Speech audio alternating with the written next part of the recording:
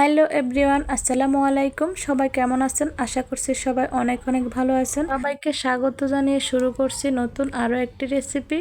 আজকের পর্বে আমি তৈরি করে দেখাবো শামি কাবাব। আশা করছি আমার আজকের এই রেসিপিটা আপনাদের কাছে খুবই ভালো লাগবে এবং খুবই কাজে আসবে। তো এর জন্য প্রথমে আমি নিয়েছি এখানে হাফ কেজি গরুর মাংস। গরুর মাংসটাকে আমি ধুয়ে পরিষ্কার করে পানি ঝরিয়ে নিয়েছি। খুব ছোট ছোট করে কেটে নিয়েছি, এতে সিদ্ধ হতে বেশি সময় লাগবে না। এই পর্যায়ে আপনারা চাইলে মাংসটাকে কিমা করে নিতে পারেন ব্লেন্ডারে। তা আমি আজকে কিমা করছি না, আমি ছোট করে কেটে নিয়েছি। তো আমি আজকে রাঁধুনি রেডিমিক্স কাবাব মশলা দিয়েই শামি কাবাবটা তৈরি করব। এই এক প্যাকেট মশলা দিয়ে আমরা শুধু কাবাব না, অনেক কিছুই তৈরি করতে পারি, যেমন tikia kebab, tandoori chicken, barbecue, grill chicken, সব কিছু এই মশলাটা দিয়ে তৈরি করা যায়। তা আমি যতটুকু প্রয়োজন ততটুকু ব্যবহার করে বাকিটা কাচের বয়মে রেখে দেব। দেখতে পাচ্ছেন কত মশলা একটা প্যাকেটে। তো আমি হাঁড়িতে গরুর মাংসগুলো নিয়ে নিয়েছি। এরপর আমার কাবাব বানাতে লাগবে বুটের ডাল। তো আমি বুটের ডালটাকে সারা রাত ভিজিয়ে রেখেছি। তো আমি 100 গ্রামের মতো বুটের ডাল নিয়েছি। ভিজিয়ে রাখার কারণে অনেকটা ফুলে গিয়েছে। তো 2টা পেঁয়াজ কুচি দিয়েছি, 2 চা চামচ দিয়েছি আদা রসুন বাটা। তো এখন আমি কাবাব মশলা দেব 2 টেবিল চামচ।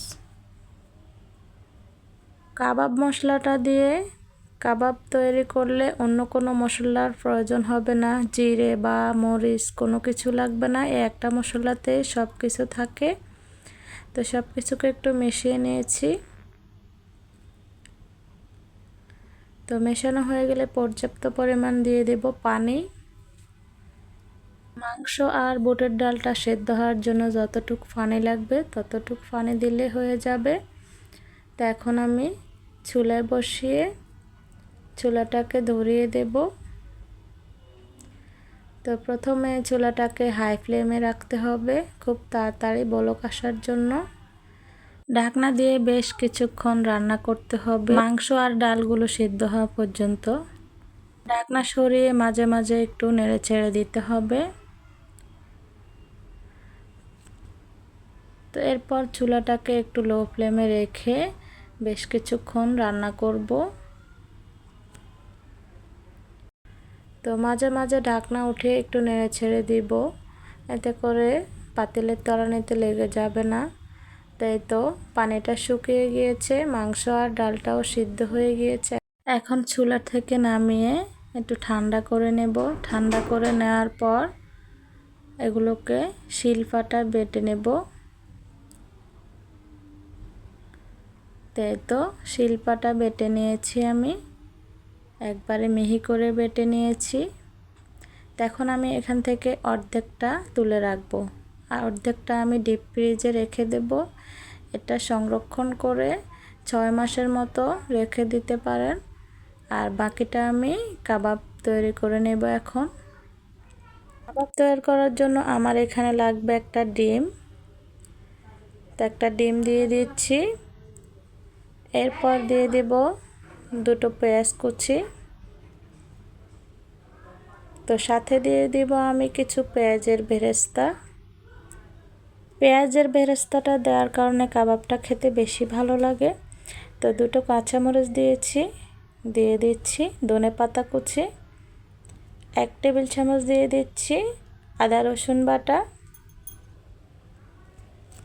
স্বাদ মতো দিয়ে দিচ্ছি লবণ, হাফ চা চামচ থেকে একটু বেশি লেগেছে লবণটা। তো 2 চা চামচ দিয়ে দিচ্ছি কাবাব মশলা। তো কাবাব মশলাটা আপনাদের পছন্দ অনুযায়ী দিতে পারেন, কম বেশি দেওয়া যায়, আমার কাছে একটু বেশি দিলে ভালো লাগে। তো সব কিছুকে এখন একটু ভালোভাবে মেখে নিচ্ছি। খুবই ভালোভাবে মেখে নিতে হবে। তো মেখে নেওয়া হয়ে গেলে আমি কাবাবের শেপ দিয়ে সবগুলোকে তৈরি করে নেব। তো আপনারা যে কোনো শেপ দিয়ে তৈরি করে নিতে পারেন। কাবাবের শেপ বেশিরভাগ এই গোল করে দিলেই ভালো লাগে। তা আমি একটু হাত দিয়ে চেপে চেপে কাবাবটা তৈরি করে নিচ্ছি। তা আমি আরও কয়েকটা বানিয়ে দেখাচ্ছি আপনাদেরকে। মিশিয়ে নিতে হবে একটু, ফেটে থাকলে অনেক সময় ভাজার সময় খুলে যায়, তার জন্য একটু চেপে চেপে মিশিয়ে সুন্দর করে নিতে হবে।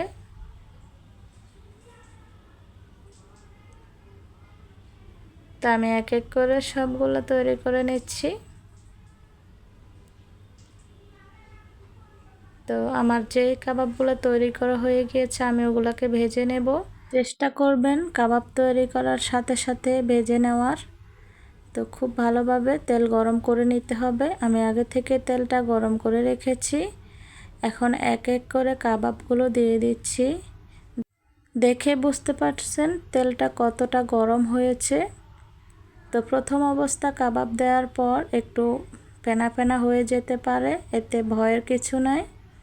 কাবাব দেওয়ার সাথে সাথে নাড়াচাড়া করতে যাবেন না, এতে করে ভেঙে যাওয়ার সম্ভাবনা থাকে। যখন দেখবেন একটু ব্রাউন কালার হয়ে আসছে তখনই উল্টে পাল্টে ভেজে নেবেন। তো একটু ব্রাউন কালার হয়ে আসছে, আমি একটু উল্টে পাল্টে ভেজে নিচ্ছি। তো বেশি সময় লাগবে না এই কাবাবগুলো ভাজতে, কারণ এগুলো আগে থেকে সেদ্ধ করা সব কিছু।